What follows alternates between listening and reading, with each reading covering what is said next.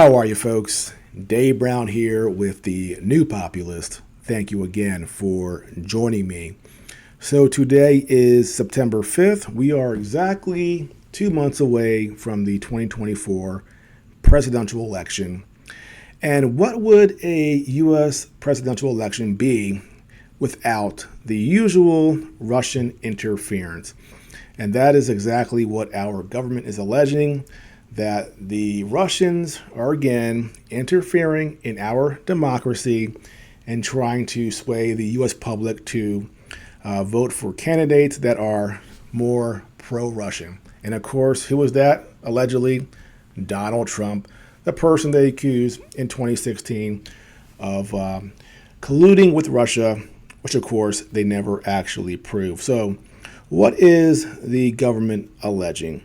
Well, we have a 270-page affidavit from the government alleging that Russian peoples and entities were creating fake websites to push pro-Kremlin narratives. So we have this here: Justice Department disrupts covert Russian government-sponsored foreign malign influence operation targeting audiences in the United States and elsewhere.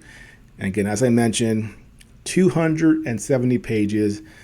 And a lot of times with these documents, it's not really a whole lot going on. It just really narrows down to fake websites by these by a couple of guys who were putting them up allegedly from direction from the Kremlin. So here in the indictment, it says these people were involved in a persistent foreign malign influence campaign at the direction of the Russian presidential administration.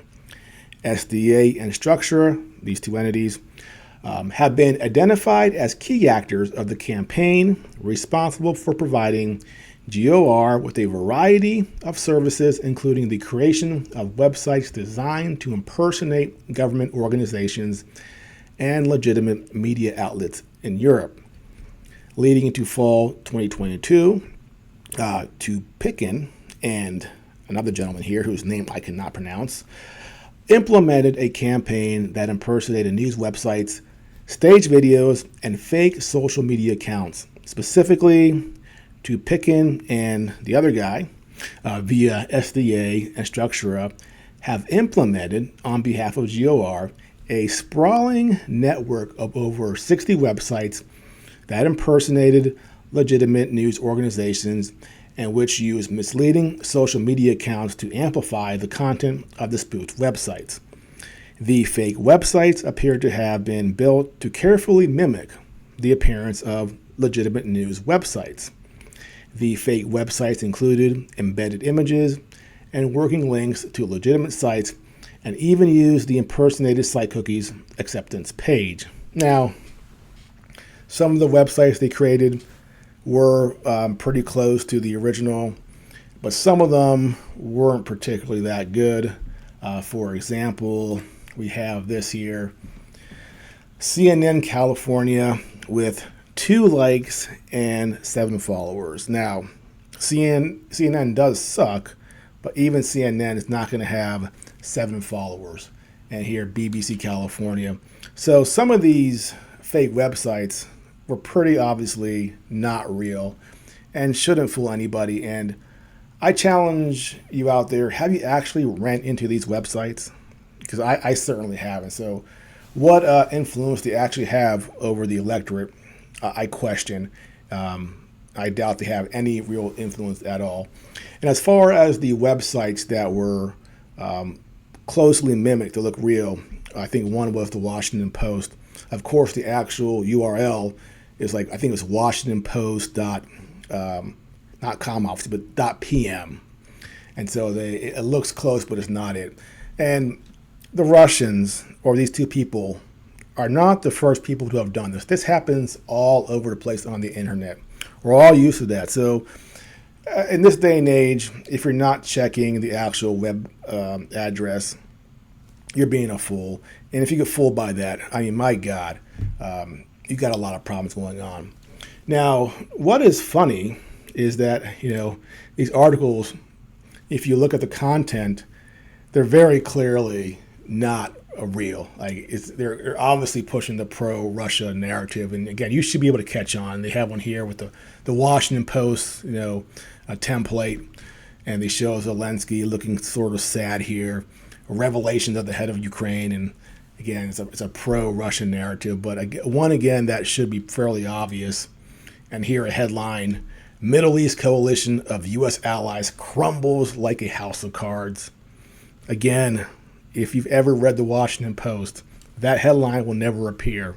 If you're fooled by that, you have problems. But what I found funny was there were headlines that, while the actual website's fake, the content is not exactly fake. It's, in my opinion, true. For example, this is the Fox template. U.S. is turning into a giant pyramid scheme. And then they reference our $33 trillion in debt. Fact check? True. we are a gigantic pyramid scheme. We are a massive debt. So fake site, but the news they're actually reporting here is actually kind of real. Another one, which I found funny. Young Americans face a poverty-stricken old age. And they talk about Medicare and Social Security. Well, that's actually a huge problem. The older generations were a lot more secure than our generation now. And paying and having these entitlement programs available for our current generation a few decades from now is kind of iffy because, again, we're bankrupt.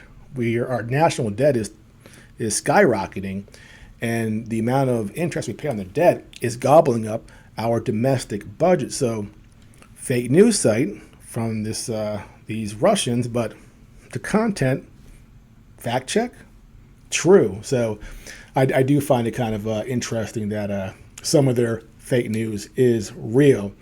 Now, where is the government getting this power from to indict these people? Well, this goes back to a law back in 1977. It was signed by Jimmy Carter, and this law is the International Emergency Economic Powers Act. Now, it says here in this act, the IEEPA authorizes the president to declare the existence of an unusual and extraordinary threat to the national security, foreign policy, or economy of the United States that originates in whole or substantial part outside the United States. It further authorizes the president, after such a declaration, to block transfers and freeze assets to deal with the threat. In the event of an actual attack on the United States, the president can also confiscate property connected with a country, group, or person that aided in the attack. Now, what I find interesting is they reference foreign policy. So the president can say, somebody's threatening our foreign policy, but who exactly is making our foreign policy? Because we've seen with Trump being president that it's not really clear who's in charge of what our foreign policy is. 2019, Ukraine, President Trump was impeached because he was damaging our foreign policy. And I think Alexander Vindman, who was a lieutenant colonel, who was based in Ukraine, he said Trump was messing with our foreign policy. And that's why I had to speak out against him and testify. Well, I thought the president, the executive branch, is the one who creates foreign policy. So how could the president be hurting foreign policy when he's the one who creates it? So we have this vagueness when it comes to foreign policy and who's actually in charge of it. As a matter of fact, we have an article from the Washington Post titled, "How a CIA Analyst Alarmed by Trump's Shadow Foreign Policy Triggered an Impeachment Inquiry." Do you want that? Do you want a CIA analyst being the one to trigger the impeachment of a elected president because he was running a quote unquote shadow foreign policy? I find that very concerning. And while Trump was impeached for this, Trump also used the IEEPA several times during his administration, and not always, in my opinion, for the good. And I say this as somebody who supports them. He threatened Mexico with it over immigration, which kind of makes sense. But he also threatened China because of TikTok. And he used it to put sanctions or restrict visas of two ICC prosecutors who were looking into U.S. actions in Afghanistan. So Trump has himself used this act to go after people. So one problem I have, and a lot of people who worry about civil liberties and worry about the power of the executive branch have, is that there are so many laws and statutes that give powers and criminalize certain behavior. And some of these statutes and laws are somewhat vague and allow way too much latitude for a prosecutor or a president to do things. And so much happens outside the purview of Congress, when really it should be Congress who is actually declaring war on countries, for example, not the president unilaterally acting, then later telling Congress of what he did and continuing these covert wars against other countries, again, without any congressional approval. So we have a huge problem with our administrative state, our military-industrial complex, our intel states, having power and creating policy, creating foreign policy that's outside, again, of Congress. And the president himself can be impeached if he goes against what this deep state wants, as Trump found out in 2019. Now, also, we have 3 executive orders relating to Ukraine and Russia that are also in play here. And the first one was signed back in 2014 by Barack Obama. And what this one said here is that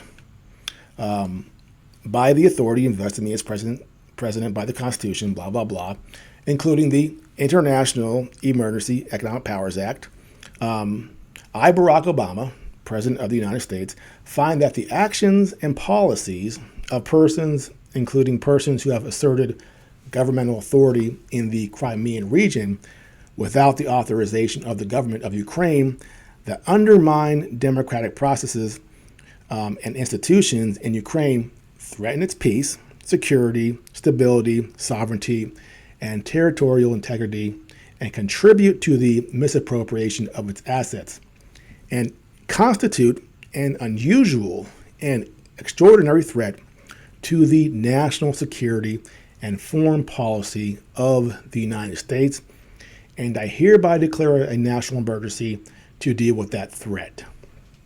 Now, I don't like that.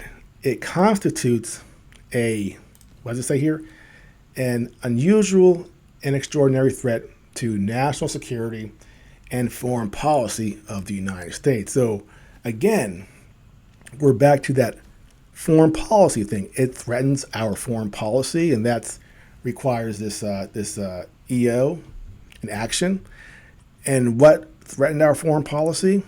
The Russians annexed Crimea, which happened because the United States assisted elements of the Ukrainian government in overthrowing the Ukrainian government. And as a response, Russia annexed Crimea because most of the people in Crimea view themselves as Russian, and because Russia has their naval base there, Sevastopol, which they would not allow to fall into the hands of a pro-West Ukrainian government that wants to eventually move into NATO. So Russia did that as a reaction to what we did first. And of course, after we overthrew the government, we openly admitted that we opened spy bases, several, on the Ukraine-Russian border. That was in the New York Times. So it was our actions that spurred the reaction from the Russians. And then we claim that is threatening our national security and foreign policy. So, again, how exactly did that threaten our national security? Russia takes Crimea. That was 2014. Nothing happened for 8 years. I shouldn't say that. There was the Donbass war going on for years. But to say that that action, directly threatened us, I think is a little bit of an exaggeration. And we pretty much view any country that does something we don't like as a threat to our national security, which is why we have bases all across the world.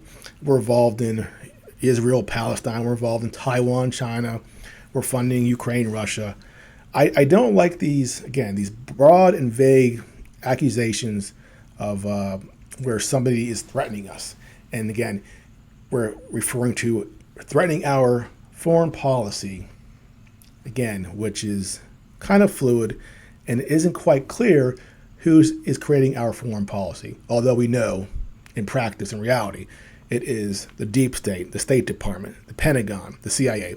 They're the ones crafting our foreign policy, not the people who are supposed to craft our foreign policy, which is the person that we elect, the President of the United States, who runs the executive branch.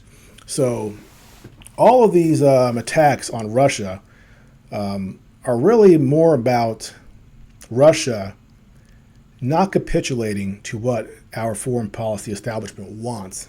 And we're throwing this hissy fit, and which is why we support Ukraine, which is why we're dumping money in there, because we're trying to hurt Russia, because Russia will not allow itself to be steamrolled by the United States, by NATO, and by the Western schemers who would love nothing more than to see the Russian society collapse, Russia broken up into several smaller countries, and absorbed into our Western system. So heading into this election, we have our government crying about Russian interference into our elections.